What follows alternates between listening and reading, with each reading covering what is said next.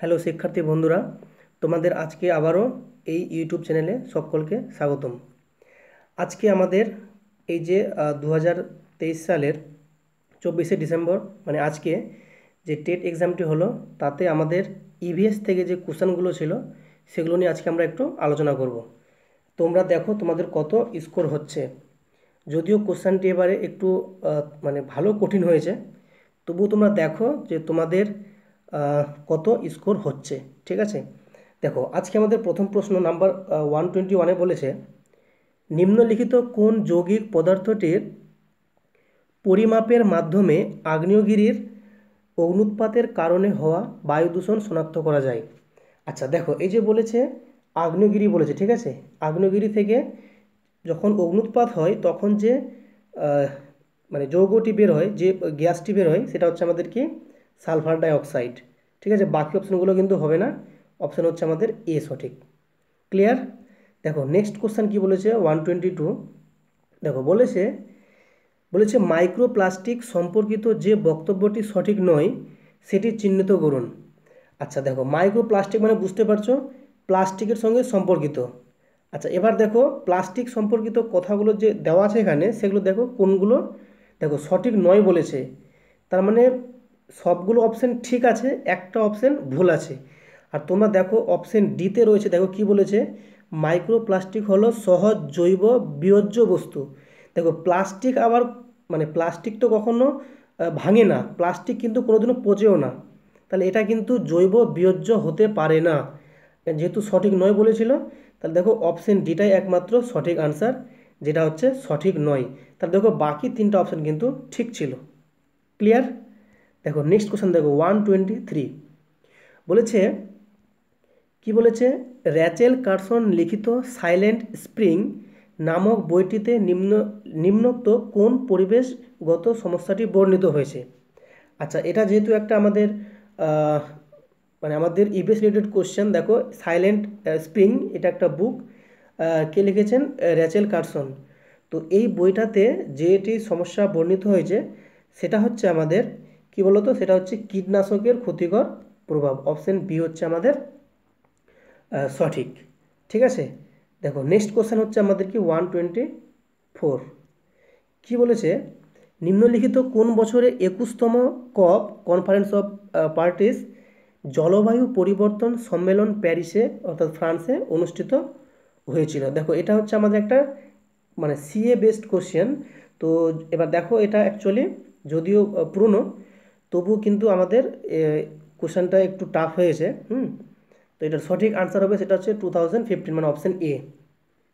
দেখো next question বলেছে 125, বলেছে নিম্নোক্ত অবস্থাগুলির মধ্যে কোনটি হাইড্রোপনিক্স পদ্ধতিতে উদ্ভিদ বৃদ্ধির জন্য ব্যবহৃত হয়। তো দেখো এখানে এই অপশানটা সঠিক, যেটা অপশান হবে সেটা হচ্ছে মৃত্তিকাবিহীন অবস্থা।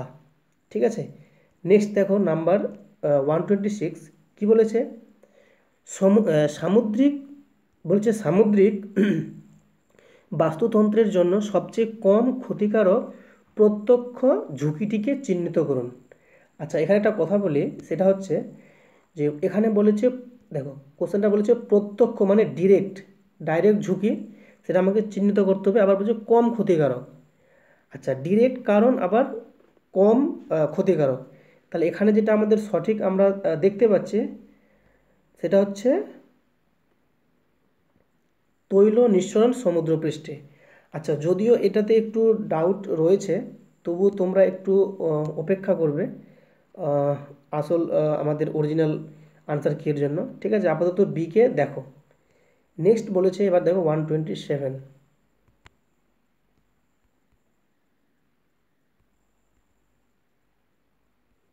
দেখো 127 কি বলেছে, কোশ্চেন বলেছে নিম্নলিখিত টক্সিনগুলির মধ্যে কোনটি মানুষের শরীরে রেড টাইডস এর মধ্যস্থতায় প্যারালাইটিক সেলফিশ বিষক্রিয়া অর্থাৎ পিএসপি সৃষ্টি করে।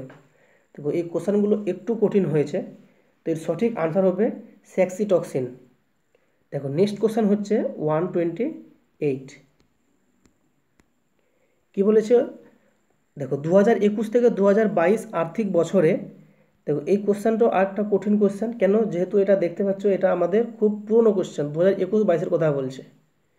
ঠিক আছে, আর্থিক বছরে ভারতের জনপ্রতি মানে পার ক্যাপিটা ব্যবহৃত বিদ্যুতের পরিমাণ কত ছিল?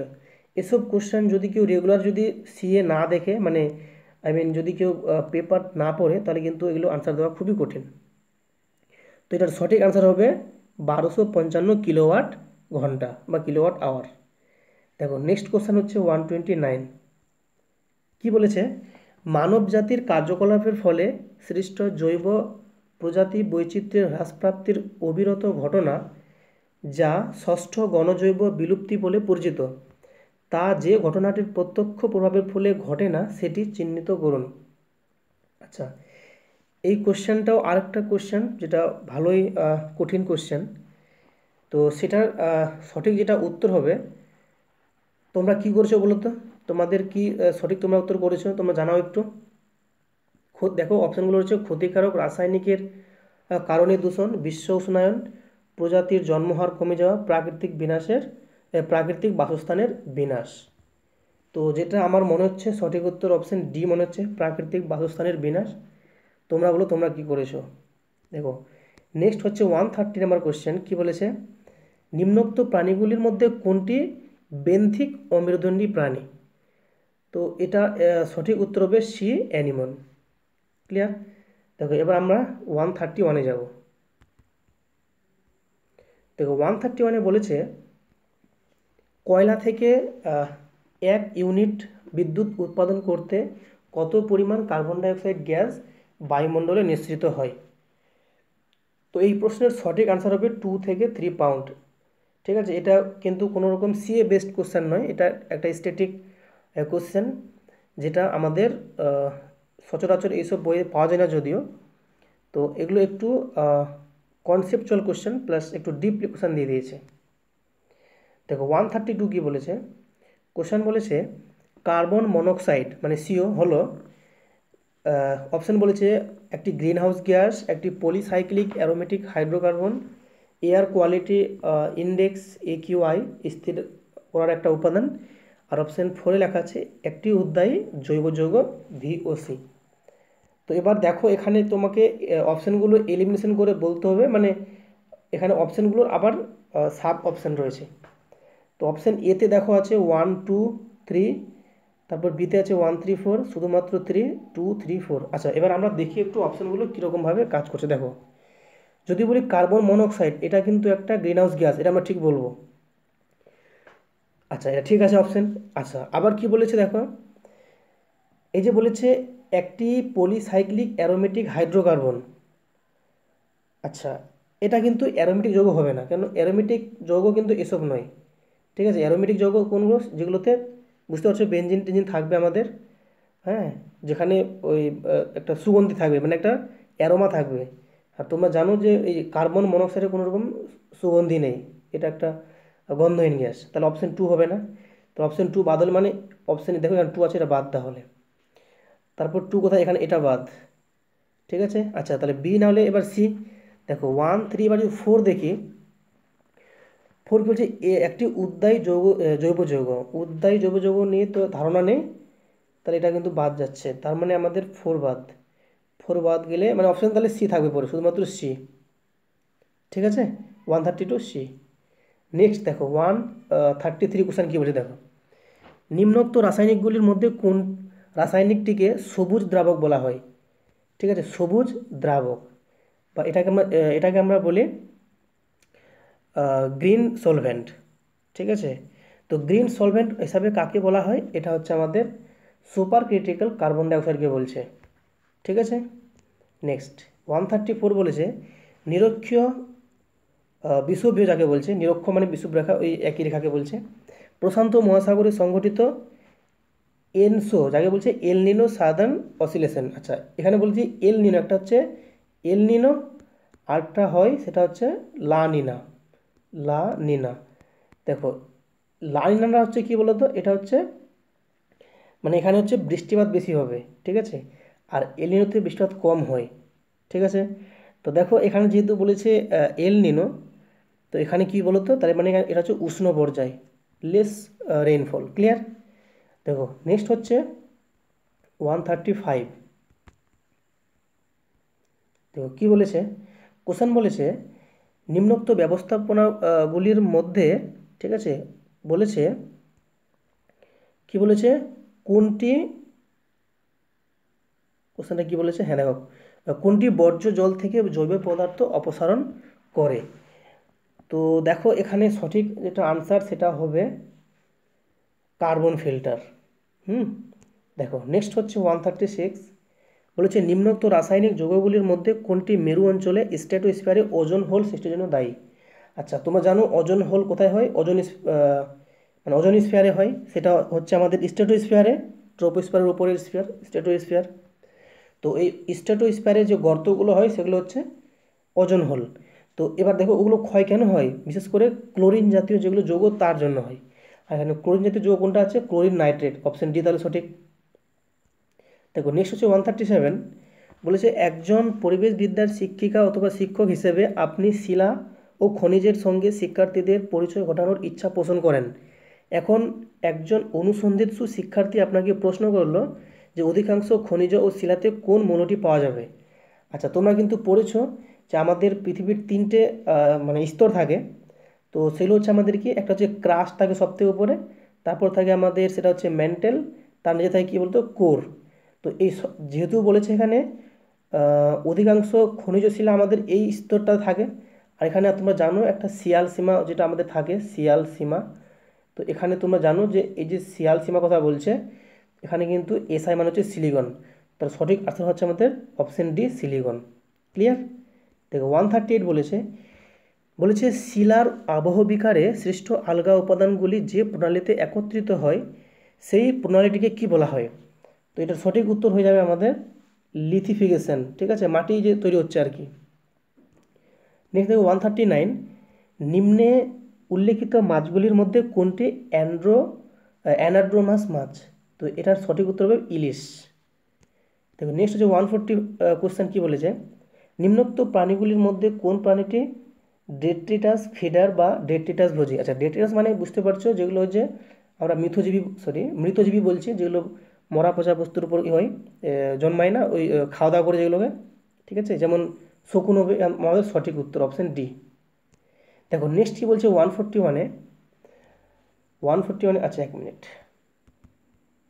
দেখো 141 কি বলেছে, কোশ্চেনটা বলেছে দৃষ্টিগতভাবে সমস্যা ক্লিষ্ট কোনো শিক্ষার্থীদের অনলাইন ক্লাস নেওয়ার সময় একজন পরিবেশবিদ্যার শিক্ষিকা অথবা শিক্ষক কোন কোন যথাযথ পদ্ধতি ব্যবহার করবেন। তো দেখো এখানে একটা ভালো, দেখো এটা ভালো প্রশ্ন আছে। দৃষ্টিগতভাবে সমস্যা ক্লিষ্ট মানে মানে বুঝতে পারছো, দৃষ্টি মানে কি ও দেখতে পাচ্ছে না। তো যে দেখতে পাচ্ছে না তাকে তুমি কিভাবে ওকে পড়াবে। তো দেখো অপশন এতে বলছে কণ্ঠবার্তা আদান প্রদান, কণ্ঠবার্তা মানে তুমি ওকে শুনিয়ে বলবে, কারণ যে দেখতে পাচ্ছে না ওকে তো শোনাতেই হবে, তাহলে এক ঠিক আছে। দুয়ে বলছে অসংখ্য মৌখিক ব্যাখ্যা ব্যবহারের মাধ্যমে, যেহেতু ও দেখতে পাচ্ছে না দৃষ্টিগতভাবে ও মানে সমস্যা আছে, তাহলে ওকে কি অনেকভাবে ওকে মুখে মুখে বলতে হবে, এটাও ঠিক আছে তাহলে। সহপাঠীদের ব্যাখ্যা ব্যবহারের মাধ্যমে, সহপাঠীদের সাথে ব্যাখ্যা করবে, এটাও ঠিকই আছে।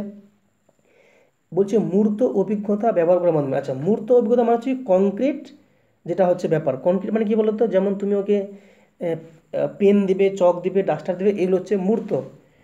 তো এবার ও তো দেখতে পাচ্ছে না এসব, তাহলে ও বুঝবে কি করে, দেখার কথা তো আসতেই পারবে না, তাহলে অপশন ফোর কিন্তু বাদ।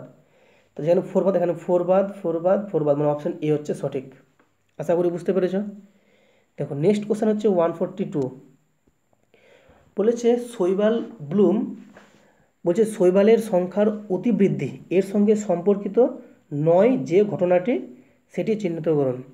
আচ্ছা তোমরা জানো শৈবাল ব্লুম মানে হচ্ছে যে যদি জলের মধ্যে যদি সেই দূষিত পদার্থগুলো, ঠিক আছে, সেই ফসফরাস জাতীয় যৌগগুলো যদি সংখ্যা বেড়ে মানে পরিমাণ বেড়ে যায়, তখন কিন্তু সেই জলে কিন্তু শৈবালের সংখ্যা বেড়ে যায়। এর ফলে কী হয়, সেখানে আমাদের যেটা হচ্ছে ডিও মানে হচ্ছে ডিজলভ অক্সিজেন, এর মাত্রাটা কমে যায়। আর যেটা হচ্ছে বিওডি বায়োলজিক্যাল অক্সিজেন ডিমান্ড, এটা বেড়ে যায়। তো তোমরা ওখানে জানো যে এবার এবার যেটা প্রশ্ন বলেছে এর সঙ্গে সম্পর্কিত নয় কোনটা। তো দেখো যদি ওখানে যদি শৈবাল বেড়ে যায় মাছের মৃত্যু হবে, এটা ঠিক কথা। শৈবালের অধিবিষ নিঃসরণ, এটাও ঠিক। অক্সিজেনের পরিমাণ কমে যাবে, এটাও ঠিক। যেটা হচ্ছে মহাসমুদ্র স্রোতের পরিবর্তন, এটা কিন্তু মানে ভুল তথ্য, ঠিক আছে। তার অপশন সি কিন্তু আমার সঠিক উত্তর হবে।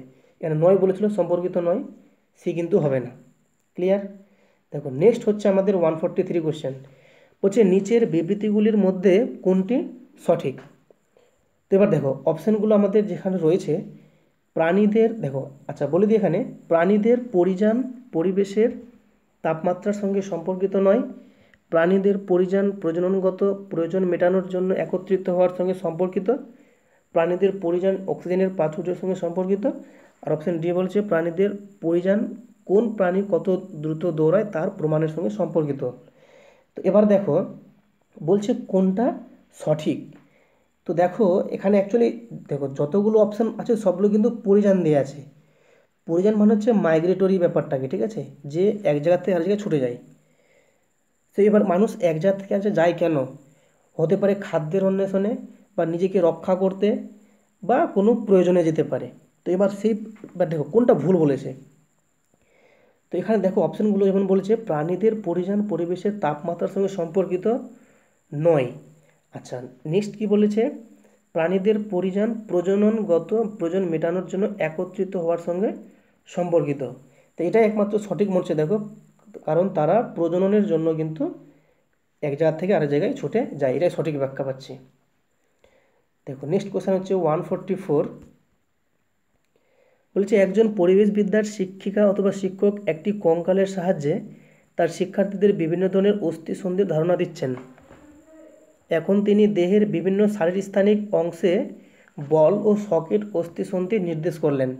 আচ্ছা তোমরা জানো বল আর সকেট এই যে দুটো বলছে, আচ্ছা বল সকেট যেখানে থাকবে অস্থিসন্ধি সেটা আমরা কিন্তু 360 ডিগ্রি ঘোরাতে পারবো। তুমি দেখো তোমার যে হাতটা আছে তুমি কিন্তু 360 ডিগ্রি ঘোরাতে পারবে উপর নিচে করে। তাহলে আমাদের যে কাঁধে কিন্তু আছে বল সকেট। আচ্ছা দ্বিতীয় হচ্ছে আমাদের কোথায়, কোমরে কিন্তু থাকে। তো এখানে তাহলে অপশান অনুযায়ী তুমি দেখতে পাচ্ছ এখানে আমাদের কিন্তু এগুলো হবে না, তার অপশান ডি হচ্ছে সঠিক। দেখো নিতম্ব এবং কাঁধ। আশা করি বুঝতে পেরেছো। 145 দেখো কী বলেছে, ভিন্ন প্রজাতি থেকে প্রবর্তিত জিন ধারণকারী প্রাণী এবং উদ্ভিদকে বলা হয়, এটা সঠিক উত্তর হবে ট্রান্সজেনিক। আচ্ছা নেক্সট কোশ্চেন 146। নিচের বাক্যগুলো পড়ুন এবং সঠিক বিকল্পটি বেছে নিন। দেখো এখানে দুটো বিবৃতি আছে, যুক্তি আছে। বলছে প্রাথমিক স্তরে পরিবেশবিদ্যায় বিষয়ের পরিবর্তে ভাবমূল সন্নিবেশিত হয়েছে। আচ্ছা এখানে ভাবমূলের অর্থটা আমি ঠিক ক্লিয়ার করতে পারছি না যদিও। আচ্ছা মানে মূল বিষয়টাকে ঠিকই আছে। আচ্ছা বলছে ভাবমূল নির্ভর পরিবেশবিদ্যা শিখন বিষয়ভিত্তিক ব্যবধানকে অতিক্রম করতে সাহায্য করে এবং সমন্বয় ধারণাকে এগিয়ে নিয়ে যেতে সাহায্য করে, যা বিষয়ের সাপেক্ষে শিক্ষিকা অথবা শিক্ষক এবং শিক্ষার্থীদের কাছে সহজতর হয়। তো দেখো এটার সঠিক উত্তর আমার বি মনে হচ্ছে, তবু তোমরা একটু ওয়েট করে দেখে নেবে কোনটাকে নিচ্ছে তারা। আচ্ছা আমাদের নেক্সট কোশ্চেন হচ্ছে 147। কোশ্চেন বলেছে পরিবেশবিদ্যার শিক্ষিকা অথবা শিক্ষক হিসেবে আপনি সুন্দরল্যান্ড জীববৈচিত্র্য হটস্পটের কোনো একটি অঞ্চলে একটি ক্ষেত্র ভ্রমণ সংগঠিত করলেন এবং সেখানকার বিপন্ন উদ্ভিদ ও প্রাণী নিয়ে আলোচনা করলেন। এখন শিক্ষার্থীরা নিজেদের মধ্যে পারস্পরিক মত বিনিময় করলো ও শিখন ঘাটতি কমাতে পারলো। প্রশ্ন বলছে সুন্দরল্যান্ড হটস্পট বিষয়ে নিচের কোনটি সঠিক? তো এখানে অপশানগুলো দেখো, তোমাদের অপশানগুলো যেগুলো দেখতে পাচ্ছ মিজোরাম আছে, সিকিম আছে, তামিলনাড়ু, নিকোবর দ্বীপপুঞ্জ। আচ্ছা এখানে একটা অপশান তুমি দেখতে পাচ্ছ সুন্দরল্যান্ড যখন বলেছে এর সাথে সম্পর্কিত একমাত্র যেটা সেটা হচ্ছে আমাদের আন্দামান নিকোবর। আর অপশান ডিতে তুমি দেখতে পাচ্ছ নিকোবর দ্বীপপুঞ্জ রয়েছে, তাহলে অপশান ডি হচ্ছে সঠিক। দেখো নেক্সট হচ্ছে 148। নিম্নোক্ত কোন দুটি মস্তিষ্ক কেন্দ্র মানুষের গ্লোবাল পজিশনিং সিস্টেম হিসেবে কাজ করে? তো এর সঠিক আনসার হবে hippocampus and entorhinal cortex, option A সঠিক। দেখো 149 বলেছে, আজ এই কোশ্চেনটা আমি ঠিক পারছি না, তোমরা দেখো তোমরা কি করেছো। দেখো নেক্সট হচ্ছে আমাদের আজকের লাস্ট কোশ্চেন 150, সেটা হচ্ছে আচ্ছা 140টা হয়ে গেছে 150। নিম্নোক্ত কোনটি ভারতের প্রথম বায়োস্ফিয়ার রিজার্ভ? তো ভারতের প্রথম বায়োস্ফিয়ার রিজার্ভ হচ্ছে আমাদের নীলগিরি, যেটা রয়েছে তামিলনাড়ুতে। তো তো আশা করি তোমরা ক্লাসটা পুরোটা দেখেছো এবং তোমরা তোমাদের সমস্ত আনসার মিলিয়ে দেখেছো কার কত স্কোর হলো। তোমরা কমেন্টে তোমরা আহ, অবশ্যই কমেন্ট করবে। আর আমাদের আরও আগামী ক্লাসগুলো পেতে তোমরা অবশ্যই ক্লাসটাকে সাবস্ক্রাইব করবে, চ্যানেলটাকে। এবং অবশ্যই যদি ক্লাসগুলো আমাদের ভালো লাগে তাহলে তোমরা লাইক কমেন্ট শেয়ার করবে এবং ফ্রেন্ডসদের মাঝে শেয়ার করবে। তো অনেক অনেক ধন্যবাদ ভিডিওটি দেখার জন্য।